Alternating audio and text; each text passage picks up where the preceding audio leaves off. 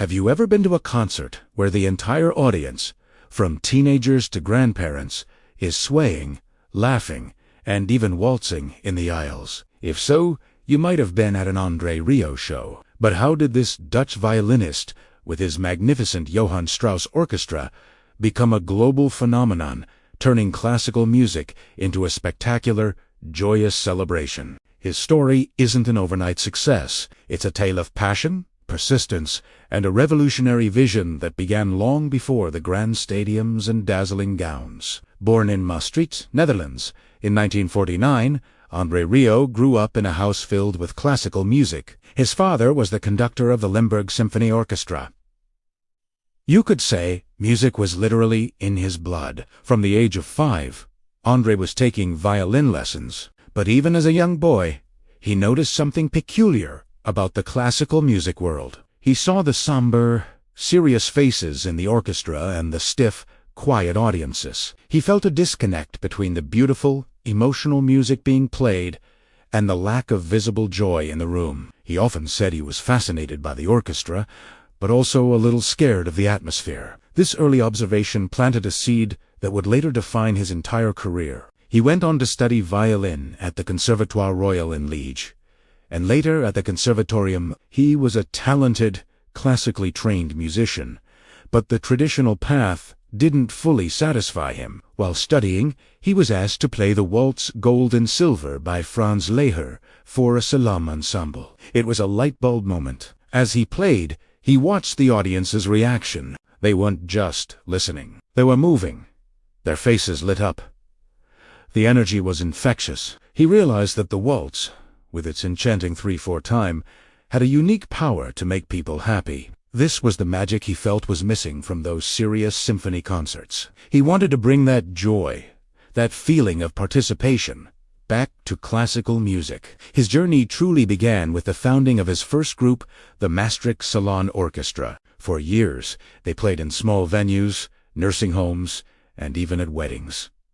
It was a humble start. He was building his vision piece by piece, learning how to connect with an audience on an intimate level. During this time, he honed his skills, not just as a violinist, but as an entertainer. He learned the importance of humor, storytelling, and creating a warm, inclusive atmosphere. He was breaking down the invisible wall between the performers and the audience, one small concert at a time. But André had bigger dreams. He envisioned a grand orchestra, one that could fill the world's biggest arenas with the sound of the waltz. In 1987, he took a huge leap of faith. He used his own money, and even mortgaged his house, to found the Johann Strauss Orchestra. It started with just 12 members. Can you imagine the risk? He was betting everything on his belief that people were hungry for a different kind of classical experience. Their first concert was on New Year's Day, 1988.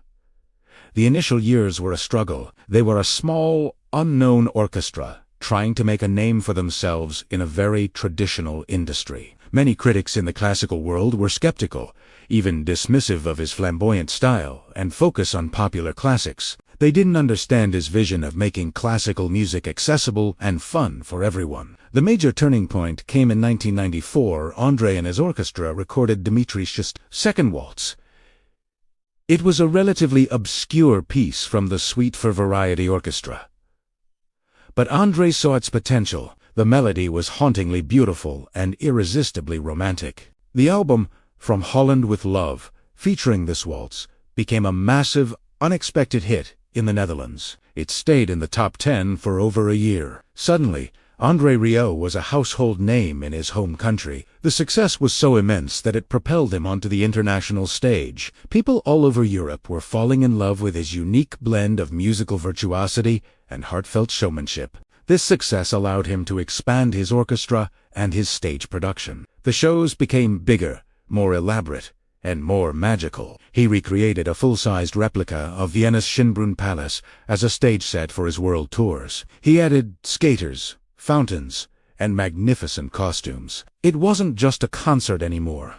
It was an immersive experience. He wanted to transport his audience to a fairy tale world for a few hours. He understood that people come to a show not just to hear music, but to feel something, to escape their daily lives and be part of a shared, joyful event. He put the audience's happiness at the very center of everything he did. Of course, this path was not without its challenges. In 2008, the sheer scale of his touring production, particularly the Schönbrunn Palace set, led to immense financial difficulties. The company was on the brink of bankruptcy. It was a stressful, difficult time. But André's belief in his mission never wavered. With the support of his family, his orchestra, and his loyal fans, he managed to rebuild. He learned from the experience and came back stronger, focusing on a more sustainable touring model without sacrificing the spectacle his audience loved. This resilience is a key part of his story. He faced down the critics and financial hardship,